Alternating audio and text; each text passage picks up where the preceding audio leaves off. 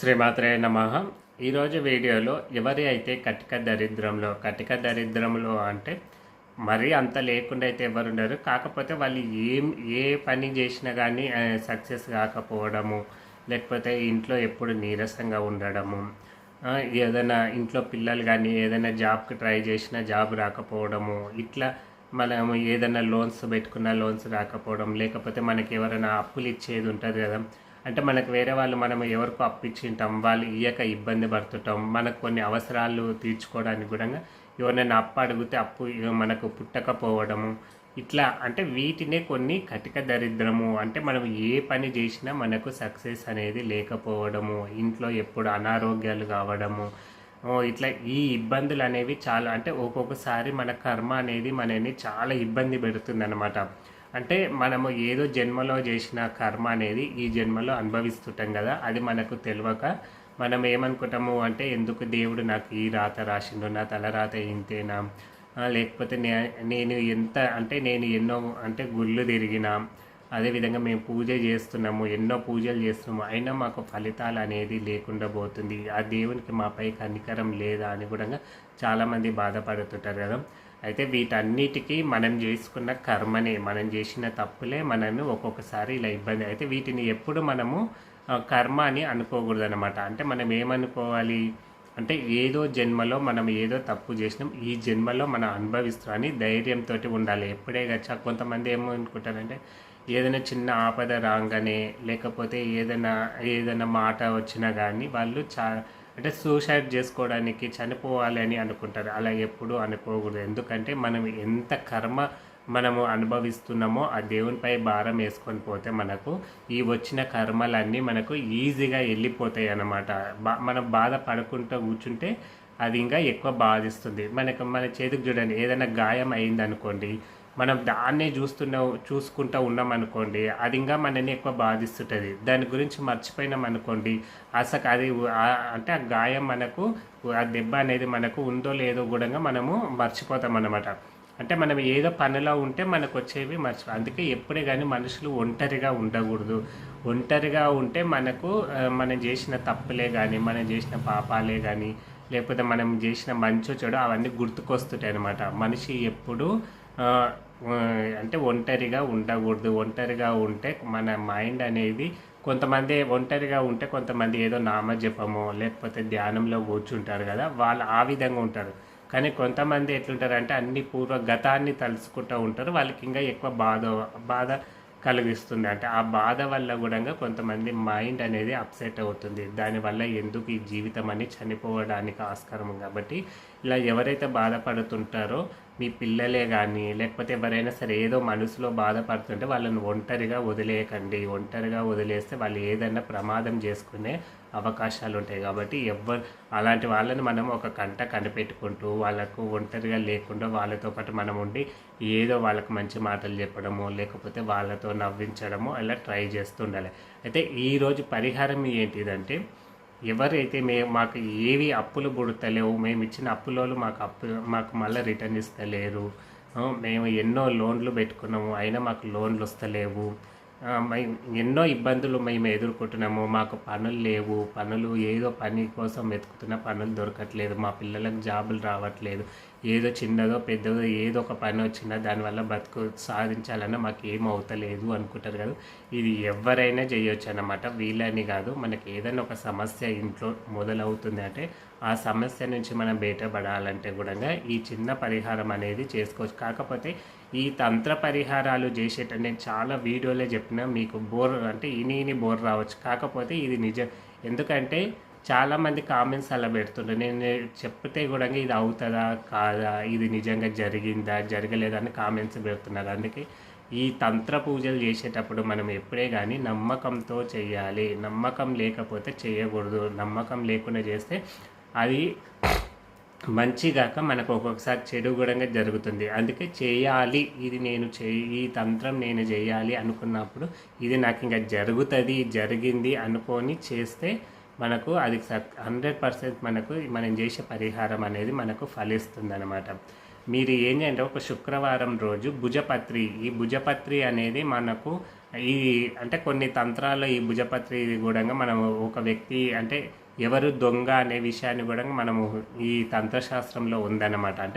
ఈ ఈ భుజపత్రం మీద పేర్లు రాసి ఇది మంటలో వేసినాం అనుకోండి, ఏ వ్యక్తి అయితే అంటే మనకు ఎవరిపైన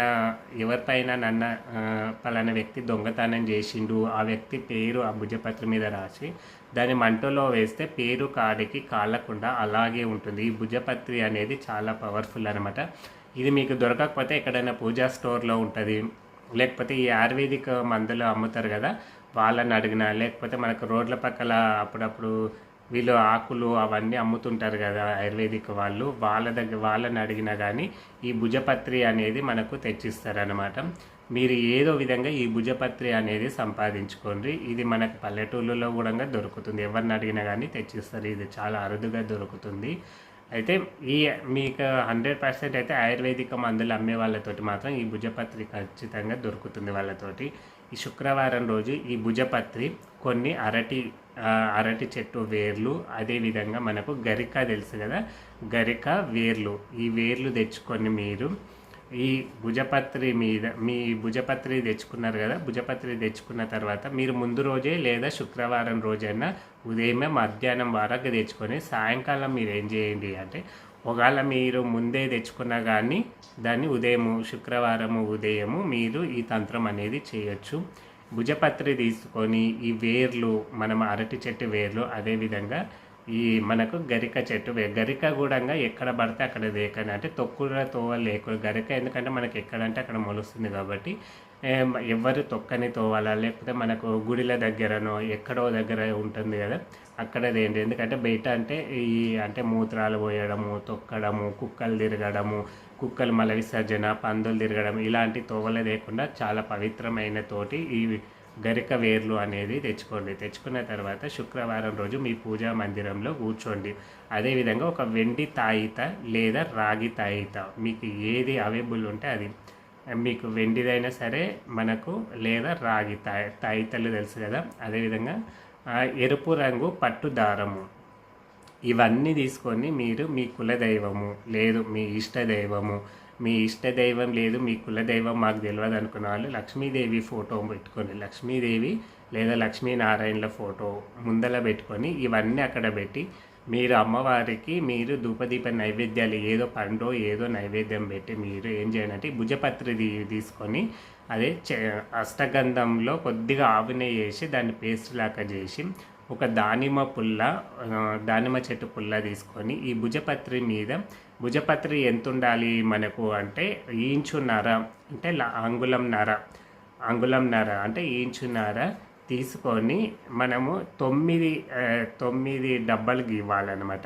సేమ్ ఒకేలాగా మనకు అప్పుడప్పుడు యంత్రాలు ఇస్తుంటారు కదా, యంత్రాల మీద డబ్బాలు గీస్తుంటారు కదా, మనకు ఈ జాతకాలు చెప్పేవాళ్ళు కూడా రాశులను బట్టి రాస్తారు కదా, అంటే గ్రహాలు ఏ గ్రహము అని డబ్బాలు వేస్తారు కదా, అట్లా చతురాస్రాకారం డబ్బాలు 9 వేయాలి. 9 ఏది మన పుల్లతోటి, దానిమ్మ పుల్లతోటి, అష్టగంధంతో 9 డబ్బాలు వేసి 9 డబ్బాలలో మీరు 7 అనే అంకెని వేసుకుంటారండి. 9 గళ్ళు ఉంటాయి కదా డబ్బాలు, వాటిలో 7 అని 9 మొత్తం ఫిలప్ చేసేయండి. 7 అనే సంఖ్యను రాయండి. రాసిన తర్వాత మనము ఈ తాయితలు ఉన్నాయి కదా, ఈ తాయితలలో పెట్టేసేయండి. మీరు ఈ మడత పెట్టేసి ఆ భుజపత్రిని మనం రౌండ్గా, మీకు తాయిత ఏ షేప్ ఉందో ఆ షేప్, కొన్ని తాయితలు రౌండ్గా ఉంటాయి, కొన్ని దబ్బగా ఉంటాయి కదా, డబ్బాకారంలో ఉంటాయి కదా, మీకు చూసుకొని దాన్ని మడత పెట్టి ఈ వేర్లు అరటి వేర్లు, అదేవిధంగా మనకు గరిక వేర్లు కూడా ఆకులో ఆ యంత్రంలో పెట్టి మీరు తాయితలు వేసి బిగించి మీరు ఈ పట్టు దారం తీసుకున్నాం కదా ఎరుపు రంగుది, తీసుకొని మీరు అక్కడ పెట్టేసి ఈ మంత్రాన్ని మీరు 108 సార్లు చేతిలో పట్టుకొని ఈ తాయితను తాయిత చేతిలో పెట్టుకొని కొద్దిగా కుంకుమ ఆ తాయితకు అది మీరు చేతిలో పెట్టుకొని నేను చెప్పే మంత్రాన్ని 108 సార్లు మీరు జపం చేయాలన్నమాట. ఈ మంత్రం ఏంటిదంటే ఓం శ్రీం గం లక్ష్మీ గణపతే నమః, ఓం శ్రీం గం లక్ష్మీ గణపతేయ నమః. ఈ మంత్రాన్ని మీరు 108 సార్లు జపించి మీరు మగవాళ్ళు అయితేనేమో కుడి చేతు భుజానికి, అదేవిధంగా ఆడవాళ్ళు అయితేనేమో ఎడమ చేతు భుజానికి తాయితను కట్టుకోవాలి. కట్టుకున్న తర్వాత 41 రోజులు మీరు ఈ రోజు ఉదయము మీరు ఎప్పుడు 5:30 లోపట్నే ఈ మంత్రాన్ని 108 సార్లు చేతిలో కొద్దిగా కుంకుమ వేసుకొని 108 సార్లు ఈ మంత్రాన్ని జపించి అదే కుంకుమ మీరు తాయితకు అంటించుకోవాలి. అదేవిధంగా సాయంత్రం కూడా 108 సార్లు జపించి మీరు మళ్ళా ఆ కుంకుమ తీసి మీరు ఆ తాయితకు ఇట్లా 41 రోజులు చేయాలి. అయితే ఆడవాళ్ళకు మధ్యలో 5 రోజులు గ్యాప్ వస్తుంది కదా, 5 రోజులు తాయిత మీరు కట్టుకున్నా ఏం కాదు. కాకపోతే మీరు జపం అనేది చేసుకోకూడదు. 5 రోజులు మీరు బంద్ చేసి మళ్ళీ కంటిన్యూగా 41 రోజులు వచ్చేటట్లు చేసుకోవాలంటే మగవాళ్ళు మాత్రం కంటిన్యూగా 41 రోజులు ఇది ఖచ్చితంగా చేసుకోవాలి.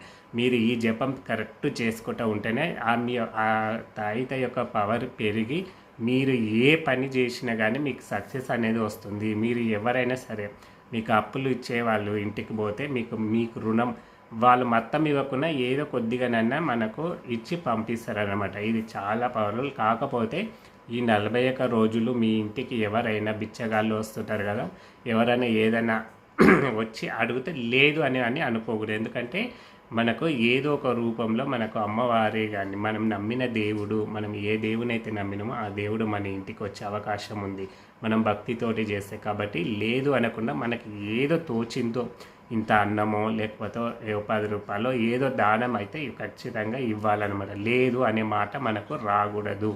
ఇలా వచ్చింది అంటే మీకు మనం చేసే ఫలితం అనేది ఉండదు. అందుకే చాలా జాగ్రత్తగా ఈ మంత్రాన్ని జపించండి. ఇట్లా రోజు 41 రోజులు కంటిన్యూగా చేయాల్సిందే అనమాట. ఇట్లా ఎవరైనా సరే చేసుకోవచ్చు. అంటే మీకు ఏదైనా సమస్య వస్తుంది, ఈ సమస్య నాకు తీరాలి, ఇది చెడు సమస్యల కోసం మాత్రం చేయకూడదు. ఏదైనా మంచి కోసము చేస్తేనే మనకు ఫలితాలు ఎక్కువ. చెడు కోసము నువ్వు ఎంత చేసినా మనకు ఫలితాలు అనేటివి ఉండదన్నమాట. ఈ మంత్ర జపాన్ని మనసులోనే చాలా మీరు భక్తితోటి స్మరించాలన్నమాట. మీరు ఎంత భక్తితోటి చేస్తే మీకు ఆ తాయిత బలం అనేది పెరుగుతుంది. పెరిగి మనం ఏం పని చేసినా మనకు సక్సెస్ అనేది లేదా మనకి ఏదో దారులు అనేది మనకు కనిపిస్తాయి అన్నమాట. ఈ చిన్న తంత్రం చేయండి, అందరూ సంతోషంగా ఉండాలి, అందరూ సంతోషంగా ఉండాలని ఆ పార్వతీ పరమేశ్వర్లను కోరుకుంటున్నాను. జై శ్రీరామ్.